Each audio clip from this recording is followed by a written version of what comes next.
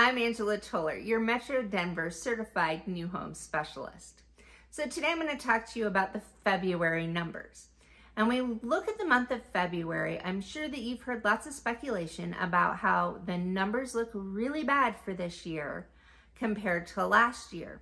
And the people who are talking about those numbers actually aren't wrong.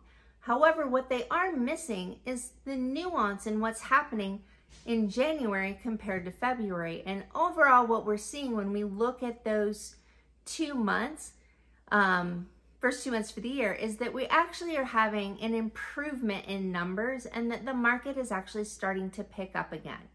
Now, if we go back pre-COVID, this is the kind of seasonal cycle that we would expect to see prior to COVID as we are coming out of the Christmas and January holidays and headed into the spring months.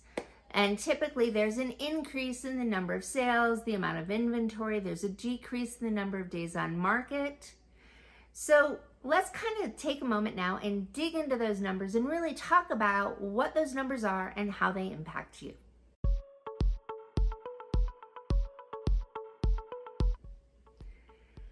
The first thing we're going to talk about is the number of closed homes. So when we look at closed homes year over year, that number is down about 18%. So last year in 2022 in February, we closed 3,413 homes, whereas this past February, we only closed 2,789 homes. But if we look at the month over month numbers, what we actually see is a 31% increase from January to February.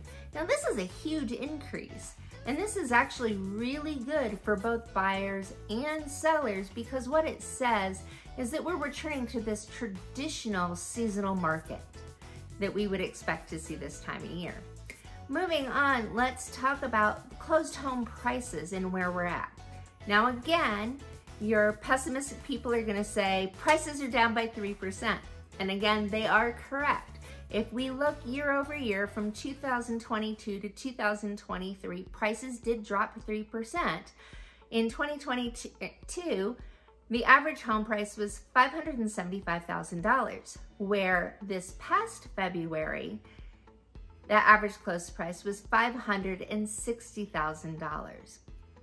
However, again, if we look at the month over month numbers, what we actually see is from January to February, we had a change in numbers of a positive 4%. So prices went up 4% from January to February. Again, this is really good for both buyers and sellers. It means that the market is still gaining equity.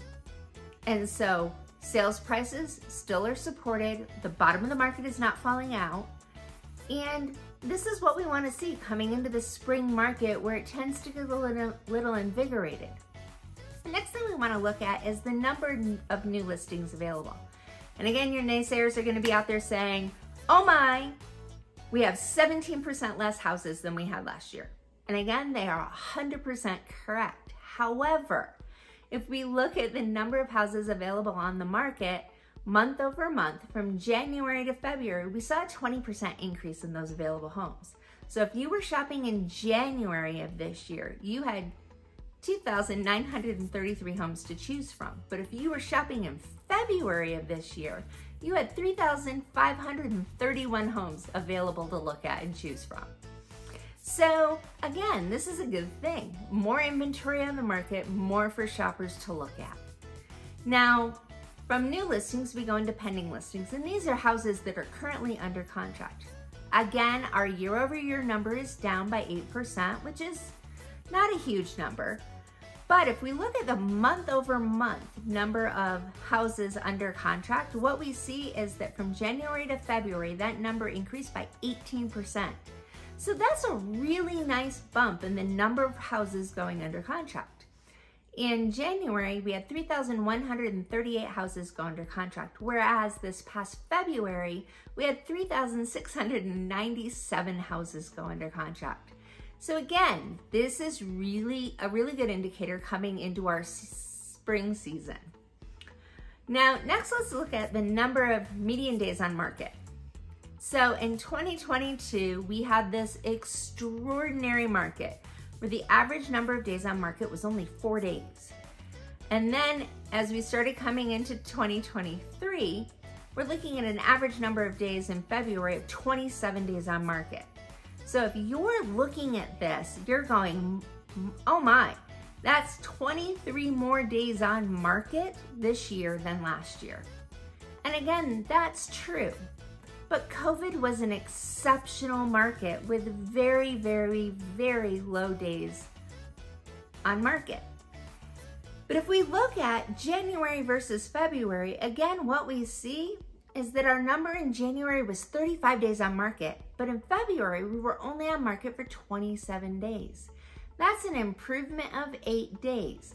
So homes were on the market for 8 fewer days during the month of February than they were during the month of January. And again, this shows that we are having a picking up in the market heading into the spring months.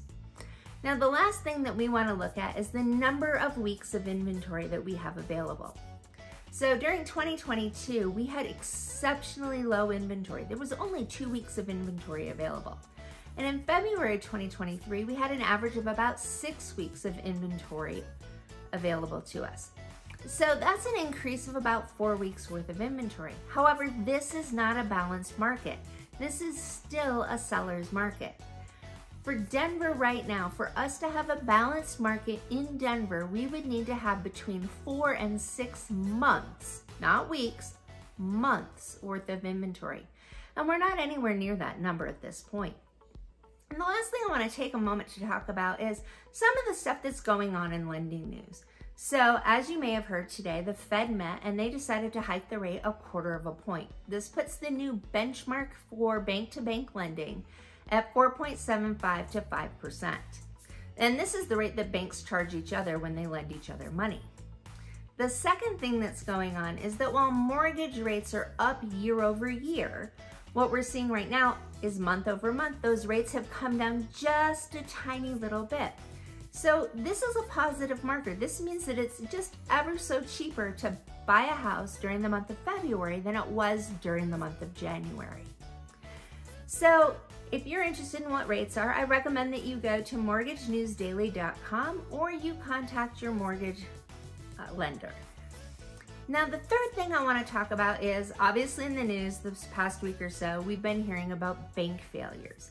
And these bank failures have actually had a really strange or interesting impact on home loans.